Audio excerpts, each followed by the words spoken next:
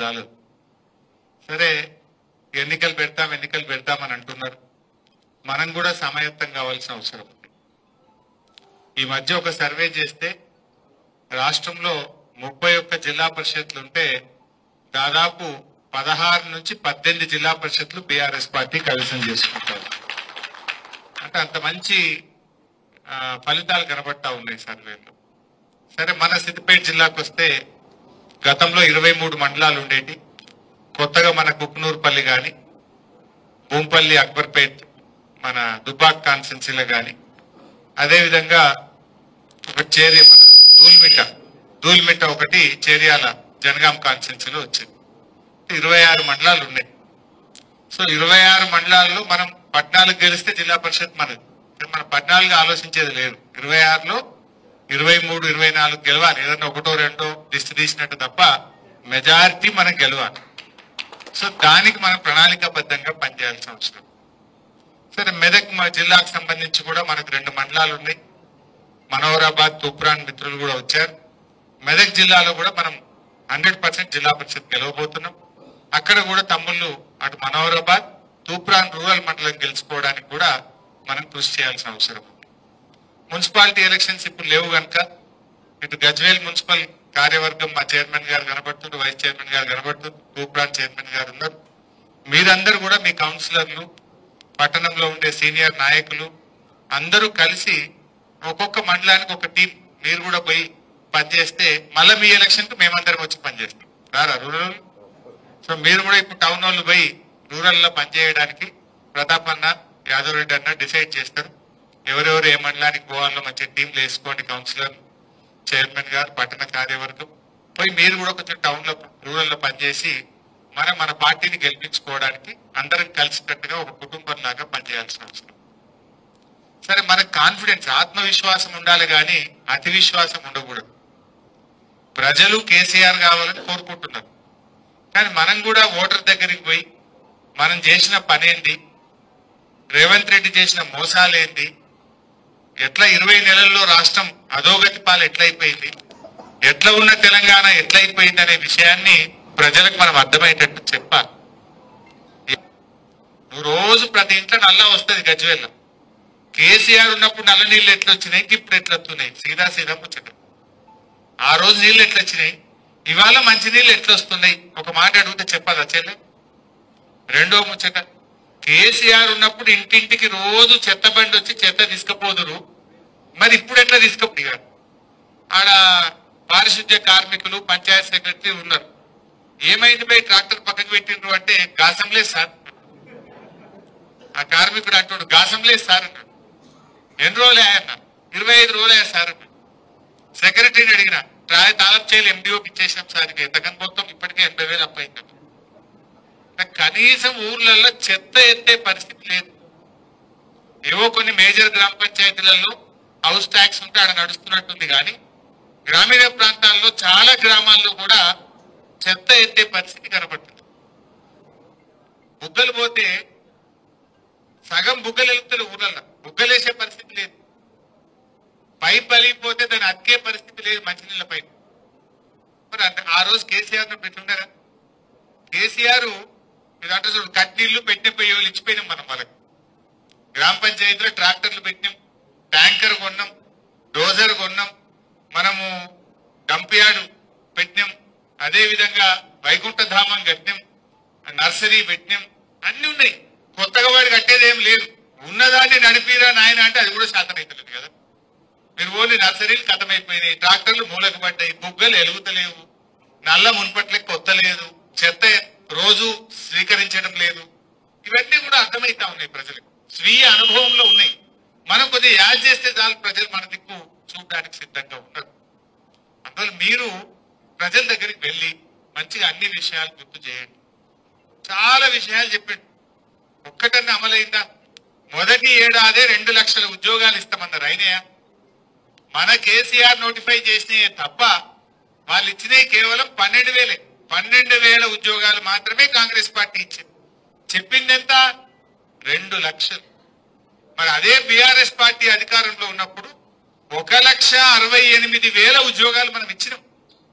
కానీ వీళ్ళు అబద్ధాలు చెప్పి మేము ఒక్కటే ఏడాది 2 లక్షలు ఇస్తామని చెప్పి పిల్లల్ని రెచ్చగొట్టి రాజకీయంగా వాడుకున్నారు. ఇప్పుడు అదే పిల్లలు తయారైంది. ఇప్పుడు రేవంత్ రెడ్డికి బుద్ధి చెప్తాం, మా దగ్గరికి అశోక్ నగర్ కు రాహుల్ గాంధీని పట్టుకొని వచ్చి ఈయన నమ్మమని చెప్పి రాహుల్ గాంధీతో నమ్మించిండు. మాకు చెప్పించి రాహుల్ గాంధీ చెప్తే నమ్ముతారని రాహుల్ గాంధీతో మేము ఏడాది 2 లక్షలు ఇస్తామని చెప్పిండు. గెలవగానే రాహుల్ గాంధీ ఢిల్లీలో పడ్డాడు. మళ్ళీ తెలంగాణ ముఖం చూస్తలేడు. రాహుల్ గాంధీ పత్తలేదు. రేవంత్ రెడ్డి ఏమో చుట్టూ 100 మంది పోలీసులను పెట్టుకుని తిరుగుతుండు. యాడెవడు అడుగుతాడు, బట్టిగా తిరుగుతాడు. రమ్మని ఈ అశోక్ నగర్ సెంట్రల్ లైబ్రరీకి రేవంత్ రెడ్డి మున్పట్లకి వచ్చి మెట్ల మీద కూర్చోమని ఏమైతుందో తెలియదా మనకు? రాడిగా వచ్చే ధైర్యం లేదు. అట్లా నిరుద్యోగ యువతను మోసం చేశారు. మీరు ఒక విషయాన్ని బాగా చెప్పండి. మనం అనుకుంటున్నాం కానీ మొన్న నాకు సర్వేలో ఆశ్చర్యకరమైన ఫలితాలు నేను చూసిన ఏంటంటే, అవ్వా తాతలు భర్త చనిపోయిన వితంతువులు 4,000 పింఛన్ ఇస్తాడు వీడు మోసం చేసిండు అని మనకంటే గట్టిగా వాళ్ళే మాట్లాడుతున్నట్టు. మీరు వాళ్ళకి చెప్పాల్సిన అవసరం ఉంది. 4,000 అన్నాడు, మోసం చేసిండు అని చెప్పాలి. 20 నెలలు అయింది కాంగ్రెస్ గవర్నమెంట్ వచ్చి. మీకు తెలియని ఆశ్చర్యకరమైన విషయం ఏంటంటే, కొత్తగా ఒక్క పింఛన్ ఇయ్యలే, కానీ 2 లక్షల పెన్షన్లు లేపేశాడు. 2 లక్షల పెన్షన్లను తీసేసింది కాంగ్రెస్ ప్రభుత్వం. కొంతమంది చనిపోయిందనే పేరు మీద, కొంతమందికి పిల్లలకు ఉద్యోగాలు ఉన్నాయనే పేరు మీద, కొంతమందికి భూములు ఎక్కువ ఉన్నాయనే పేరు మీద పెన్షన్లను కోతలు పెట్టింది తప్ప కొత్తగా ఒక్క పింఛన్ ఇచ్చినాడే కాంగ్రెస్ వచ్చినప్పుడు. 20 నెలల్లో ఒక్క పింఛన్ ఇచ్చిండ్రా. ఆ రోజు ఏమన్నారు? ఇద్దరికి ఇస్తాం, అవ్వకిస్తాం, తాతకిస్తాం, ముసలోనికి ఇస్తాం, ముసల్దానికి ఇస్తాం, ఇంటికి 2 ఇస్తాం, 4,000 ఇస్తాం. మరి 4,000 దిక్కు లేదు, ఇంటికి 2 దిక్కు లేదు, భర్త చనిపోతే వితంతువురాలికి కొత్త పెన్షన్ ఇచ్చింది లేదు, పైగా 2 లక్షల పెన్షన్లు నేరేసింది. మీరు ఏ ఊళ్ళోనైనా చెక్ చేయండి, పోయిన పెన్షన్లు కనబట్టాయి తప్ప కొత్తగా ఇచ్చింది ఒక్కటి కూడా ఉండదు. బీడీ కార్మికులకు ఇస్తలేదు. అసలు భర్తలు చనిపోయి ఏడాది అర్థం 2 ఏళ్లకెళ్ళి ఎదురు చూసేవాళ్ళకి కూడా ఇలా పెన్షన్లు వస్తాయి. అంటే ఈ రకంగా వాళ్ళందరినీ మోసం చేసింది. ఇది మీరు గుర్తు చేయాల్సిన అవసరం. వృద్ధులకు వితంతులకు చెప్పాలి. పైగా 20 నెలల్లో 2 నెలల పెన్షన్ ఎక్కువ. మధ్యలో పోయినసారి ఒకటి, ఈ సంవత్సరంలో ఒకటి, 30 తారీఖు ఇస్తాడు, ఒకటి 3 తారీఖు 1 నెల ఇస్తాడు, కథ మేము మధ్యలో ఒకటి ఎగిరిపోతుంది. అట్లా పెన్షన్లను 2 నెలల పెన్షన్ ఎగిరిపోతుంది. 4,000 మాట ఉంచి కానీ ఇచ్చేది కూడా 2 నెలలు ఎగ్గొట్టింది. ఈ విషయాన్ని మీరు తీసుకెళ్ళండి. ఇంటికి 2 అన్నారు, నౌకరున్నా ఇస్తామన్నారు, నౌకరున్నా ఇస్తా అన్నాడు. ఈ రకంగా ఏ నోటికి వచ్చినట్టు మాట్లాడిండ్రు. ఇవాళ ముఖం చాటేసిన పరిస్థితి. రైతుల విషయంలో నాకంటే ఎక్కువ మీకే తెలుసు. కేసీఆర్ ఉండగా ఎప్పుడైనా ఎరువుల కోసం మళ్ళీ చెప్పులు లైన్లో పెట్టినారు, పాస్ పుస్తకాలు లైన్లో పెట్టినారు. ఇవాళ ఏం జరుగుతుంది? ఎకరానికి ఒకటే సంచి ఇస్తారట. లైన్లో పెట్టి నిలవడంగా 3 ఎకరాలు ఉంటే 3 సంచులు, 2 ఎకరాలు ఉంటే 2 సంచులు అంటారు. మనం ఉండగా ఎన్నడన్నా ఏ రోజన్నా ఎరువుల కోసం లైన్లో నిలబడ్డ రోజు చూసినామా? 10 ఏళ్ల కేసీఆర్ పాలన. కాంగ్రెస్ వచ్చింది, మళ్ళీ చెప్పులు లైన్లోకి వచ్చింది, మళ్ళా పాస్బుక్ లైన్లో పెట్టే కాడికి వచ్చింది. ఇవాళ ఇంకొక మంచి విషయం కూడా మీరు చెప్పాలి. కేసీఆర్ ఉన్నప్పుడు రైతు బంధు స్టార్ట్ చేశాడు. కరోనా వచ్చింది, 2 ఏళ్లు ఆదాయం తగ్గింది, ఉద్యోగస్తుల జీతాలు ఆగినాయి, ఎమ్మెల్యేల జీతాలు ఆగినాయి, కానీ రైతు బంధు ఆగలే. కేసీఆర్ ఆగింది ఎప్పుడు? 11 విడతల్లో 73,000 కోట్ల రూపాయలు ఇచ్చాడు కేసీఆర్. కరోనా వచ్చినా, కష్టం వచ్చినా, పెద్ద నోట్లు రద్దయినా, ఎకానమీ స్లో డౌన్ అయినా రైతు బంధు మాత్రం ఆగలేదు. మరి రేవంత్ రెడ్డి ఎందుకు ఆపుతుండు? కేసీఆర్ ఏమో నాట్లకు ఇచ్చిండు, రేవంత్ రెడ్డి ఏమో ఓట్లకు ఇస్తుంటాడు. అవునా కాదా? అప్పుడు పార్లమెంట్ ఎలక్షన్ ముందు ఒకసారి ఇచ్చిండు, ఇప్పుడు పంచాయతీ ఎలక్షన్లకు ఒక్కోసారి ఇస్తాడు. మధ్యలో 2 ఎగ్గొట్టిండు. 4 పంటలు వచ్చినాయి, 2 ఇచ్చిండు, 2 ఎగ్గొట్టిండు. పార్లమెంట్ ఎలక్షన్ ముందు ఒకటి, పంచాయతీ ఎన్నికల ముందు ఒకటి, నడిమిట్ల 2 లేచిపోయింది. రేపు కూడా ఈ ఓట్లు డబ్బులు అవ్వటాక మళ్ళా రైతు బంధు ఆగమైతుంది. అంటే ప్రజలకు మనం ఏం చెప్పాలంటే, రైతు బంధు సకాలంలో సక్రమంగా రావాలంటే కాంగ్రెస్ ను ఓడించాలి. ఏమంటాడు రేవంత్ రెడ్డి? నేను మధ్యలో 2 ఎగ్గొట్టినా 15,000 ఇస్తా అని చెప్పి 12,000 ఇచ్చినా నాకు ఓట్లు వేసిరు, నేనే కరెక్ట్ అనడా? మరి రేవంత్ రెడ్డికి ఏం బుద్ధి చెప్పాలి? బిడ్డ, నువ్వు నడిమిట్ల 2 ఎగ్గొట్టావు గనుక నిన్ను ఓడగొడుతున్నాము, ఎరువు బస్తాలు ఇస్తలేవు గనుక కాంగ్రెస్ పార్టీని ఓడగొడుతున్నాము. అదే విధంగా రైతులకు పంటల బీమా ఇస్తా అని మోసం చేసినావు గనుక నిన్ను ఓడగొడుతున్నాము. కాళేశ్వరం మోటార్లు ఆన్ చేసి మా మల్లన్న సాగర్ కొండపోచమ్మకు నీళ్లు తెస్తలేవు గనుక నిన్ను ఓడగొడుతున్నాము. ఇవన్నీ విషయాలు మనం రైతులకు అర్థమయ్యేటట్టు చెప్పాలి. అరే విత్తనాలు దొరకలే అదే మొన్న ఏమంటాం పచ్చి రొట్టె విత్తనాలు జనము జీలుగు దొరికిందా? మనమేమో తీసుకపోండి ఎయ్యిండ్రి అని ఎంబడబడ్డారు మీ కోఆపరేటివ్ చైర్మన్ పల్లెలు. సంచులు తెచ్చి నెల ముందు స్టాక్ పెట్టాం మనం. ఇప్పుడు అరే పచ్చి రొట్టె విత్తనాలు కావాలంటే ధర పెంచిండ్రు, విత్తనం దొరకదు. ఇంత శాతగాని కాంగ్రెస్ లో విత్తనాలు సరఫరా చేయలేరు, ఎరువులియే శాత కాదు, పంటల బీమా అని మోసం చేస్తుంది, రైతు బంధు 2 సార్లు ఎగ్గొట్టిరి, రైతు బీమాకు 6 నెలలు పైసలు గట్టక అట్లాగం పట్టిత్తిరి, నీళ్లు ఇవ్వమంటే నీళ్లు ఇయ్యే శాత కాదు, కరెంటు చూస్తే మోటార్లు కాలుతున్నాయి, గంటకు ట్రిప్ అవుతున్నది. ఏం చేసిండ్రు రైతులకు మీరు ఒక్కసారి ఆలోచించారు. ఇలా మనం ఉండగా ఎన్ని గోడౌన్లు కట్టి ప్రతి మండలానికి ఒక గోడౌన్ కట్టలే, ఎరువులు తెచ్చి స్టాక్ పెట్టలే. మరి ఇలా రైతులు ఎందుకు కాంగ్రెస్ పార్టీకి ఓటేయాలని నేను అడుగుతున్నా.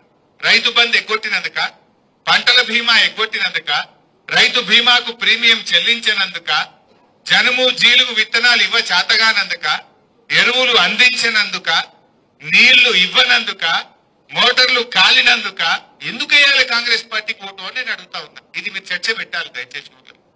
రైతులు కలిసిన కాడ నేను చెప్పిన దాంట్లో ఒక్కడన్నా అబద్ధం ఉందా? కేసీఆర్ ఉండగా మోటార్లు కాలకపోవు. మీరు ఊర్లలో చూడండి, మోటార్ వైండింగ్ దుకాణాలు మళ్ళీ చాలేని దుకాణమైన ఒక టీఆర్ఎస్ కార్యకర్తున్నాడు మనోడే నాకు చెప్తుండు, అన్న అప్పుడైతే గిరాకీ లేదు, కిరాయి కూడా వెళ్ళకపోవు, ఇప్పుడు ఫుల్ అన్న అంటుడు.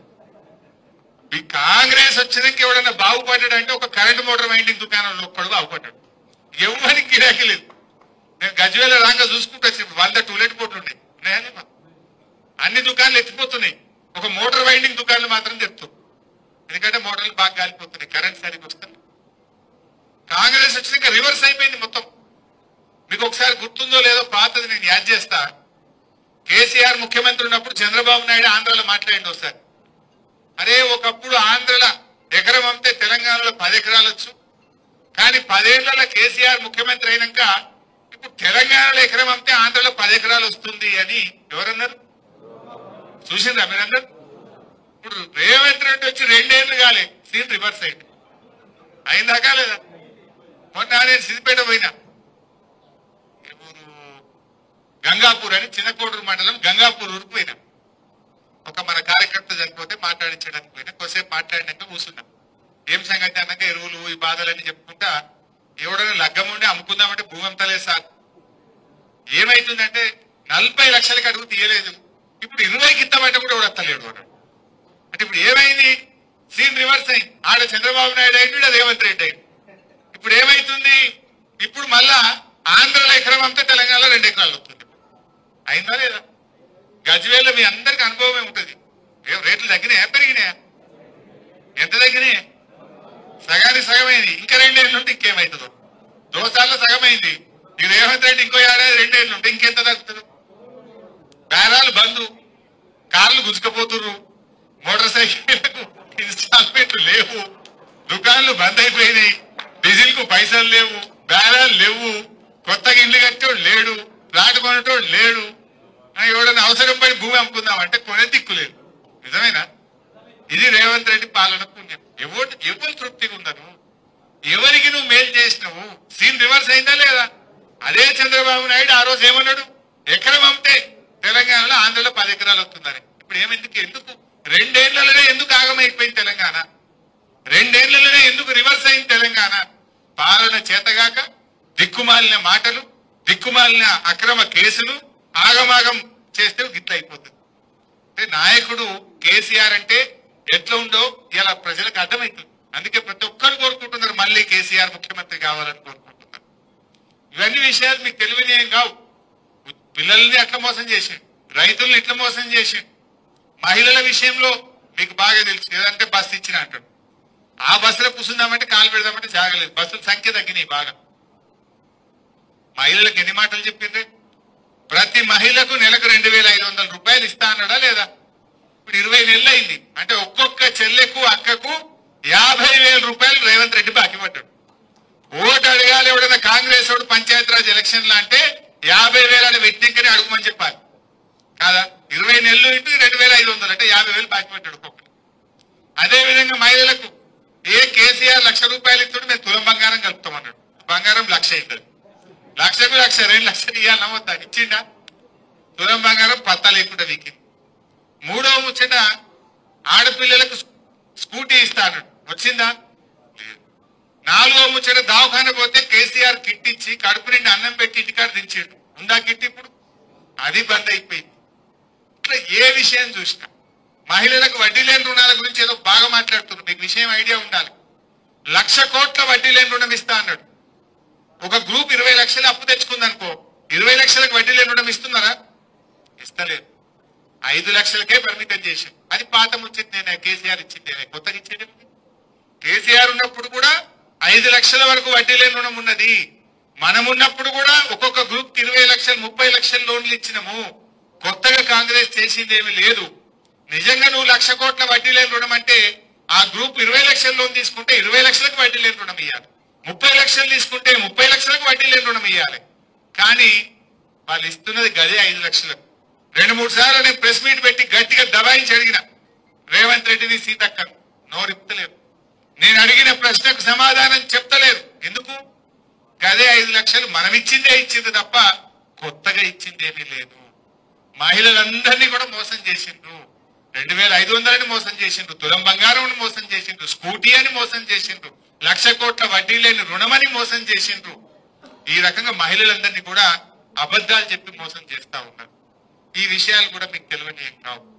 అంటే యువతకు మోసం, మహిళలకు మోసం, రైతులకు మోసం. ఏ వర్గం, ఒక పలాని వర్గానికి ఒక మంచి పని చేసిన అనేది లేదు. ఇలా గజ్వేల్ ఉంది, కేసీఆర్ గారు ఉంటే ఎటు చూసినా పనే ఉంటుండే. ఇప్పుడు 20 నెలలు అయిందే, ఒక్క ఊర్లోనైనా 20 రూపాయల పని కనబడుతుందా? ఒక బిల్డింగ్ కట్టిందో, ఒక స్కూల్ క్లాస్ రూమ్ కట్టిందో, కట్టిందా? ఒక స్కూల్లో రూమ్, ఒక స్కూల్ కాంపౌండ్ వాల్ కట్టిందా? ఓ మహిళా భవనం కట్టిందా? ఓ కులానికి భవనం కట్టిందా? యానన్న ఒక రోడ్ వేసింది. రోడ్ ఇన్స్పెక్ట్ కేసీఆర్ పోసిన రోడ్డు క్యారెట్ పొక్కబడితే ఇంత డాంబర్ పోసే దిక్కులేదు ఉన్నదా? ఈ రకమైన పరిస్థితి. అందులో మనం ప్రజలకు చెప్పాలి, దయచేసి మీరు కూడా సీరియస్ తీసుకోండి. ఎన్నికలు ఆషామాషిగా తీసుకోవద్దు. వాళ్ళకేముంటది, ఎట్లనే చేసి మేము జరంత సిద్దిపేటలు ఏమైనా కొడితే బాగుండు, ఈయన్ని ఏమైనా చేస్తే బాగుండు అని తండ్లాడుతుంటారు. మరి మనము అంతకంటే గట్టిగా పనిచేసి వాళ్ళ గుణపాఠం చెప్పాలి. ఇవాళ ఈ జిల్లా మీద వాళ్ళు పగబట్టినట్టు చేస్తున్నారు. 1 రూపాయి ఇస్తలేదు, పనులు ఆపేస్తున్నారు. మనం గట్టిగా ఫైట్ చేసి మెడలు వంచి మళ్ళీ మన నిధులు మనం సాధించుకోవాలి. అందువల్ల మీతో నేను కోరేది, గ్రూపులు పెట్టుకోకుండా రిజర్వేషన్ వచ్చినప్పుడు కూర్చుందాం, మాట్లాడుకుందాం. ఉద్యమకారులు, సీనియర్లు గెలుపు అవకాశాలని చూసుకొని మనం తప్పకుండా టికెట్లు తీసుకుందాం. కానీ ఇప్పుడు అందరూ కలిసి పనిచేయండి. మున్పట్లకి ఇప్పుడు ఏమీ ఆమ్దాని కూడా లేదు. ఎక్కువ తక్కువ ఖర్చు పెడితే అన్ని అప్పులైతాయి. ఇప్పుడు ఒక సామెత ఉంటుంది చూడు రాజకీయాల్లో, గెలిచినోడేమో తలపెట్టుకుని ఎడతాడట, ఓడిపోయినోడేమో కుల్లా ఎడతాడట బజార్లో. ఎందుకంటే వీరికి అప్పులే, వానికి అప్పులే, ఇద్దరికి అప్పులే అవుతాయి. సో బేరాలు కూడా ఏం నడతలేవు, మున్పట్లకి నడుతున్నాయా? అందువల్ల ఆగభాగం ఇప్పటి నుంచే ఖర్చు పెట్టకుంది. నోటిఫికేషన్ వచ్చినాక చేద్దాం. ఇప్పుడు మాత్రం ఒక టీం వేసుకొని అన్ని ఊర్లలోకి పోయి అన్ని విషయాలు ప్రజలకు గుర్తు చేయండి. ఆ రోజు మంచినీళ్ళు ఎట్లా వచ్చినాయి, ఆ రోజు చెత్త సేకరణ ఎట్లా జరిగింది, ఆ రోజు కేసీఆర్ కిట్ ఎట్లా వచ్చింది, దవాఖానాలలో అప్పుడు ఎట్లా మందులు ఉండే, ఇప్పుడు దవాఖానాలు ఎట్లా ఖరాబ్ అయిపోయినాయి. ఇవాళ నీళ్లు అంటే యాదికి వచ్చింది. ఓ రోజు నేను ఎక్కడో ఉన్నా, ప్రతాప్ అన్న ఫోన్ చేశాను, అన్న మా కూడెల్లి వాగులకు నీళ్లు కావాలి, మొత్తం ఎండిపోతున్నాయి, పొలాలన్నీ ఆగమవుతున్నాయి అంటే కేసీఆర్ గారికి ఫోన్ చేస్తే ఈ కొడకండ్ల కాడ గేట్ లేదు, మిషన్ పెట్టి కాలువను తెంపి నీళ్లు ఇచ్చిన మలేదా మీకు? జేసీబీ దిగ్గొట్టి, జేసీబీ పెట్టి తెల్లారి వరకు కాలువ దిగ్గొట్టి కూడెల్లి వాగుల నీళ్లు ఇడిస్తే దాదాపు 40-50 వేల ఎకరాల పంట బతికిందా లేదా? దుబ్బాకులు కూడా బతికింది దాకా, అదే అప్పర్ మానేరు ముస్తాబాద్ దాకా పోయి నీళ్ళు పోలే. మళ్ళా తర్వాత గేట్ పెట్టినాం, మనం తర్వాత గేట్ కట్టినాం. ఆ నిమిషానికి గేట్ లేదు కదా, ఎట్లా అంటే 50 వేల ఎకరాలు పంట ఎండిపో. ఒక్క ఫోన్ కొడితే తెల్లారి వరకు ఈఎన్సీకి ఆదేశాలు ఇచ్చి 50 వేల ఎకరాల పంట కాపాడినాం. ఆ రోజు మనం హల్దీ వాళ్ళ నీళ్లు ఎడిస్తే ఎండాకాలంలో కూడా హల్దీ మత్తళ్ళు దుంకలేదా?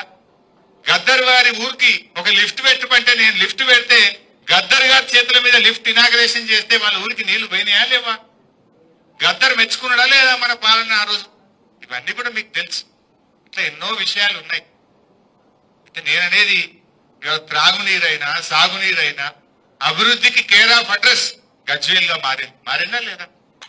ఇవాళ ఈ గజ్వేల్ యొక్క ప్రతిష్టను గౌరవాన్ని పెంచింది బీఆర్ఎస్ పార్టీ, పెంచింది మన కేసీఆర్. మరి మనం కూడా మన గౌరవాన్ని నిలబెట్టుకుందాం. నాకేముంటుంది, 9కి 9 మండలాలు మనం గెలవాల్సిందే. అన్ని ఎంపీపీలు అన్ని జెడ్పీటీసీల్లో గులాబీ జెండా ఎగరాలి. దానికి మీరు కష్టపడి పనిచేయండి. మేము కూడా శాయశక్తుల ప్రతి మండలం తిరుగుతాం. మిమ్మల్ని గెలిపించుకోవడానికి సర్వశక్తులు పెట్టి పార్టీ మిమ్మల్ని గెలిపించుకుంటది. మీరే మాకు ఊపిరి. మీరు కూడా సమన్వయంతో పనిచేయండి. ఒకసారి కేసీఆర్ వచ్చింది అనుకో, మళ్ళా మస్తు ఛాన్సులు ఉంటాయి. ఎవరిని ఎట్లా చేయాలనో అందరం కూడా బాగుపడతాం. నువ్వు కొంతమంది నాకేం పని కాలేదని అన్నారు. మరొకసారి వచ్చి నేను కూర్చుంటే పెట్టి మాట్లాడి, నువ్వు కేసీఆర్ ఉన్నప్పుడు నెలకు ఏడాదికి ఎంత సంపాదించినావు, ఇప్పుడు ఎంత సంపాదిస్తున్నావు అన్నా. అంటే అప్పుడు బేరాలు మంచిగా నడిచినాయి అన్న, ఎంత లేదన్నా ఒక్క డీల్ నెలలో కొట్టే 5-10 లక్షలు వస్తుంటాయి అన్న. మరి ఇప్పుడు ఏమైంది, డీల్ ఎక్కడదన్నా ఇంట్లోకి వెళ్తలేవు అన్న. మరి కేసీఆర్ పాలన వల్లనే కదా నీకు బేరం మంచిగా నడిచింది. కేసీఆర్ ఉంటే ఏముండే, ఇవాళ ఏముండదో నీకు అర్థమైందా అని అడిగిన నేను.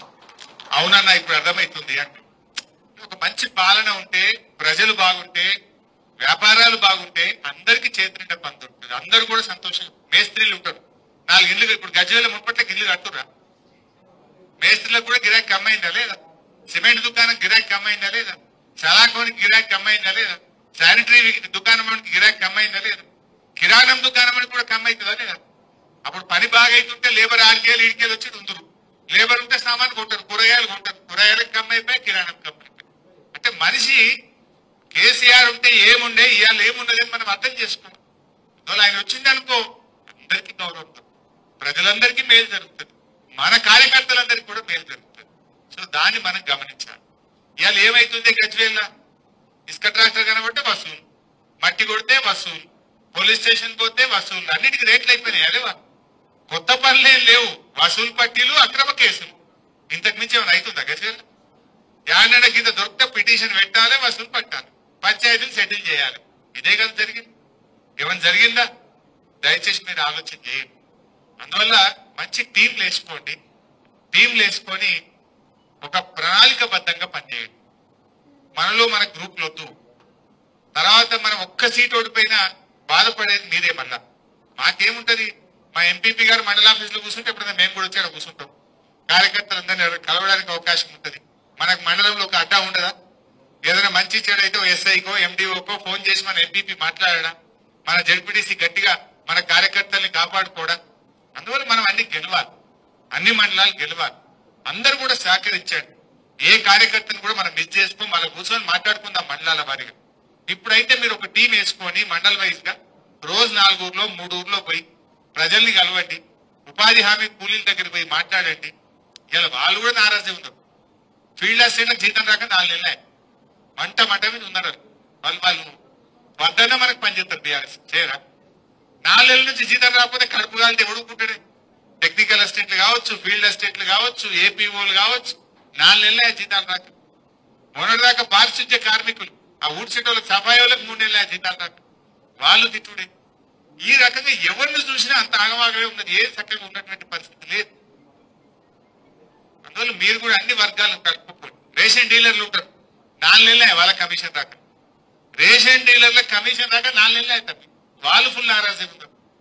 మీరు కదిలిస్తే చాలు బాధ పెడతారు. ఆశా వర్కర్లను కదిలింది అన్న, మొన్న కలిసిరు, నువ్వు ఉన్నప్పుడు ఎంత మంచిగుంటే సార్, ఆరోగ్యమంతా ఉన్నప్పుడు ఆగమైపోయినాం సార్ అంటారు. అంటే ఉన్నప్పుడు విలువ తెలియదు తల్లి, ఏదైనా మనిషి లేనప్పుడే విలువ తెలుస్తుందని నేను అంటే. అవునన్నా ఇప్పుడు అర్థమవుతుంది అన్న అంటు. అంటే ఇట్లా ప్రతి వర్గం, అది మీరు చిన్న పెద్ద తేడా లేదు. కింది నుంచి మొదలుకుంటే పై వాళ్ళ వరకు అన్ని వర్గాల్లో కూడా చాలా ఇబ్బంది ఉన్నది. ఆత్మీయ భరోసా అన్నారు. ఏది కూలీలకు కూడా నెలకి ఏడాది 12,000 ఇస్తామన్నారు. ఒక్క ఊరికేసింది ఎగబెట్టింది కథ. ఒకటే ఊరికేసింది, అది కూడా 10-20 మందికి ఇచ్చింది. ఉపాధి హామీ పోయేటోళ్ళందరికీ ఇవ్వాలి కదా. ఒకరు ఇచ్చిండ్రు, అది ఒక్క ఊరికి ఇచ్చిండ్రు, కథం చేసింది. ఏది కొనెళ్ళిన పరిస్థితి లేదు. ఇప్పుడు సన్నవాట్లకు పైసలు ఇస్తామన్నారు, బోనస్ ఒక్క పంటకి ఇచ్చిండు. మన యాసంగి కొట్టి, మన యాసంగిలో సన్నవాట్ల పైసలు 1,200 కోట్లు రావాలి. పోయినసారి వానకాలం ఇచ్చిండ్రు, యాసంగి కొట్టేసాడు కథ. ఒకటేసారి ఇచ్చుడు ఏదైనా. రైతు బంధు 2 సార్లు ఇచ్చుడు 2 సార్లు ఎగ్గొట్టుడు, సన్నవడ్లకు ఒక్కసారి ఇచ్చుడు ఒక్కసారి ఎగ్గొట్టుడు, ఆత్మీయ భరోసా అంటే ఒక ఊరికి ఇచ్చుడు అన్ని ఊర్లకు ఎగ్గొట్టుడు, రైతు రుణమాఫీ అంటే చేసింది 30 పైసలు ఎగ్గొట్టింది 70 పైసలు. ఎవరికి ఏ ఊర్ల కన్నా ఓన్లీ రుణమాఫీ కాని వాళ్ళు ఉంటారా ఉండరా? మీకు 1 లక్ష లోపు ఉన్నారు, 2 లక్షల లోపు ఉన్నారు, 2 లక్షల మీద వాళ్ళు అయితే అందరు ఉన్నారు. ఉన్నారా లేరా? ఆ రకంగా రుణమాఫీ విషయంలో కూడా మనం రైతుల్ని చైతన్యపరచాల్సిన అవసరం ఉంది. దాని మీద కూడా మీరు దృష్టిలో పెట్టుకోండి. సో ఇట్లా ఒకటి మీరు రుణమాఫీ విషయాన్ని ప్రతి విషయాన్ని కూడా ప్రజల దగ్గర తీసుకువెళ్ళి ప్రజల్ని చైతన్యపరచండి. కులాల వారీగా కలవండి. మీరు ప్రతి ఊర్లో కుల సంఘానికి భవనం కట్టిందా లేదా? వాళ్ళని కలవాలి కదా, మనకు హక్కు లేదా? మహిళలకు భవనం కట్టిందా లేదా? మనకు హక్కు లేదా? సో అసలు అట్లా అనేక కులాలకు, మహిళలకు, యూత్కు, అన్ని వర్గాలకు చర్చిలు కట్టినాం, మసీదులు కట్టినాం, మంచి రోడ్లు వేసినాం, చెట్లు పెట్టినాం, ఎన్నో పనులు మన ప్రభుత్వం చేసింది. సో వాళ్ళందరినీ కలిసి గుర్తు చేసి ఈ ఎన్నికల్లో బీఆర్ఎస్ గెలవాలి, గజ్వేల్ కు మళ్ళీ పూర్వ వైభవం రావాలంటే బీఆర్ఎస్ఏ గెలవాలి, బీఆర్ఎస్ తోనే వస్తుంది అని చెప్పి మీరు ప్రజల్ని చైతన్యపరుస్తూ ముందుకు సాగాలని చెప్పి నేను మీ అందరినీ కూడా కోరుకుంటూ మనం బ్రహ్మాండంగా మనం గెలిపించుకుందాం. అందరికి మళ్ళా అన్ని మండలాలు గెలవంగానే కేసీఆర్ గారి దగ్గర మీ అందరికి మంచి దావత్ పెట్టిస్తా, సార్ దగ్గర కూర్చుందాం, ఒక రోజంతా సార్తో స్పెండ్ చేసే విధంగా మంచి కార్యక్రమం కూడా పెట్టుకుందాం. దయచేసి భేదాభిప్రాయాలు వద్దు, ఎవరి గౌరవం వాళ్ళకు ఉంటుంది. అందరం కలిసిమెలిసి ఉందాం, అందరినీ నేను గౌరవించుకుందాం. రేపు నామినేటెడ్ పోస్ట్ లో ఇంకోటో కూడా చేసుకుందాం. నాకే అనడం కంటే కూడా నా పార్టీ గెలవాలి అనే ఆలోచనతో ఉండండి. నా పార్టీ గెలిస్తే నేను గెలిచినట్టు అనేటువంటి దాంతో మీరందరూ కూడా టీం వర్క్ చేయండి. అందరినీ కూడా కాపాడుకుంటాం. టౌన్ లీడర్లు జర టైం ఇయ్యండి మంచిగా. పొద్దున పోయి సాయంత్రం వచ్చాడో గంట సేపు పోవుడు కాదు. మీరు ఏదైనా మండలమో ఒక ఊరో తీసుకుంటే దాన్ని గెలిపించేదాకా మీ బాధ్యత. మీకు టైం టు టైం ఇటు ప్రతాప్ అన్న అటు డాక్టర్ సాబ్ మీతో కోఆర్డినేట్ చేస్తారు, సమన్వయం చేస్తారు. ఇంకేదైనా ఇబ్బంది ఉంటే నేను కూడా టైం ఇస్తా, నేను కూడా ఎలక్షన్ ప్రచారానికి వస్తా. తప్పకుండా మీ అందరినీ మన మండలాన్ని అన్ని మండలాలు గెలిపించుకునే విధంగా కలిసికట్టుగా కృషి చేద్దాం. జై తెలంగాణ.